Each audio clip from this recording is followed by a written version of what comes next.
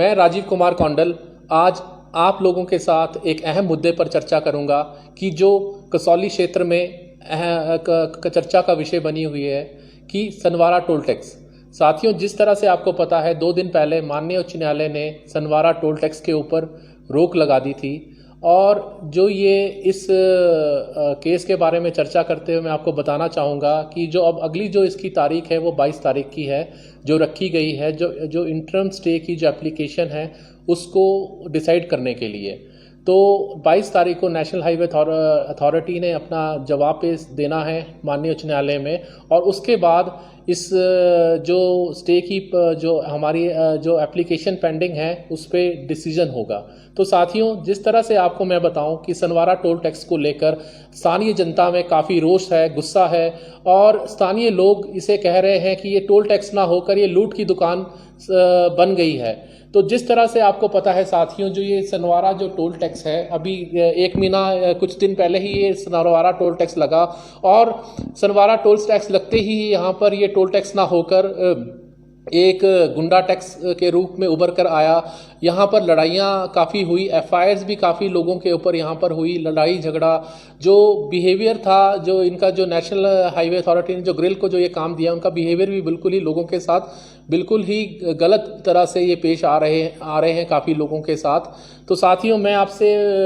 Discuss करना चाहूँगा कि यहाँ पर आपको पता है कि स्थानीय पंचायत सनवारा है, सनवारा पंचायत है, जाबली पंचायत है, परमाणु, धर्मपुर, काफ़ी स्थानीय जो पंचायतें यहाँ लगती हैं उनको यह टोल टैक्स आंखों में चुभ रहा है कि अपने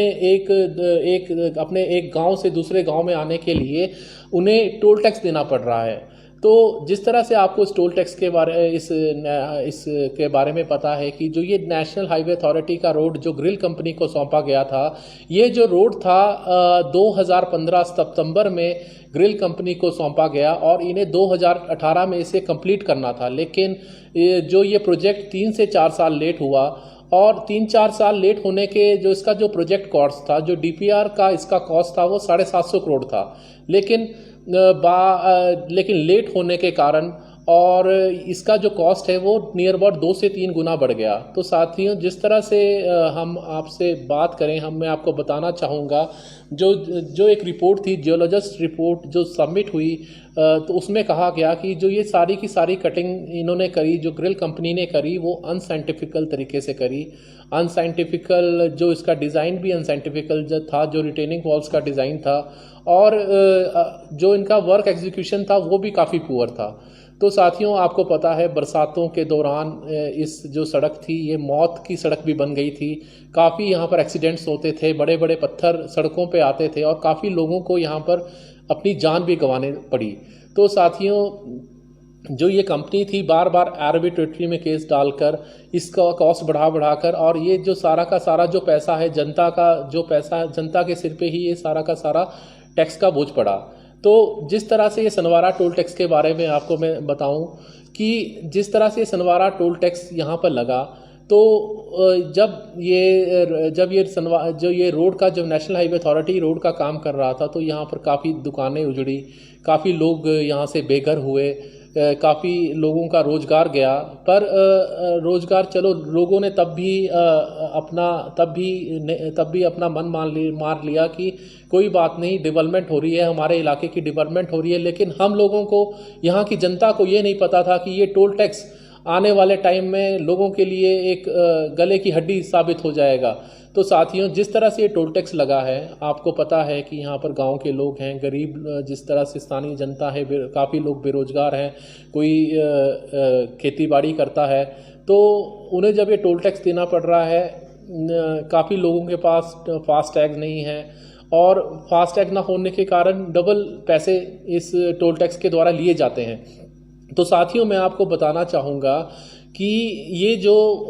टोल टैक्स है, जो सनवारा टोल टैक्स है, ये एक किस्म से स्थानीय जनता के बीच में बहुत बड़ा मुद्दा, बहुत बड़ी सिरदर्दी बन गया है और इस टोल टैक्स के लिए संघर्ष की ज़रूरत है। सड़क से लेकर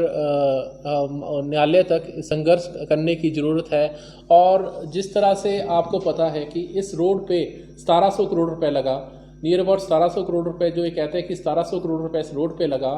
लेकिन हमारा मानना यह है कि आप 1700 करोड़ रुपए अगर रोड पे लगा तो इसका मतलब ये नहीं है कि आप जनता के सिर पर इतना इसका भार डाल दो। आप 30 किलोमीटर से 40 किलोमीटर रोड का एक 80 रुपये ले रहे हैं, 85 रुपये ले रहे हैं फास्टैग के साथ, और कैश के साथ आप डबल ले रहे हैं, नियर अबाउट 170 रुपये। तो जो ये रोड है हमारा, जो केंद्र सरकार और प्रदेश सरकार से भी हम लोग ये मांग करते हैं, स्थानीय जनता के हितों के लिए देखते हुए, जिस तरह से बड़े बड़े जो आपको पता है उद्योगपति होते हैं वो भाग जाते हैं, उन्हें लाखों करोड़ों रुपए बड़ी बड़ी कंपनीज को माफ़ कर दिया जाता है, क्यों? वो सरकार, जो हमारी सरकार, केंद्र सरकार से भी मांग है, नेशनल हाईवे अथॉरिटी के जो मंत्री हैं नितिन गडकरी से भी हम लोग मांग करते हैं कि जो ये रोड है इसका जो पूरा का पूरा है वो सरकार अपने कंधों पर ले इसका भार, और जनता को इसे टोल मुक्त करे और रोड मुक्त करें। साथियों, जिस तरह से आपको पता है कि यहाँ पर जो रोड, जो हमारे लोग विस्थापित हुए और उन्हें नौकरियाँ नहीं हैं, और जो ये ग्रिल कंपनी है, इन्होंने रोड टोल टैक्स पे 60 से 70 से 80 आदमी रखे हुए, सारा के सारे बाहरी राज्य के लोग हैं।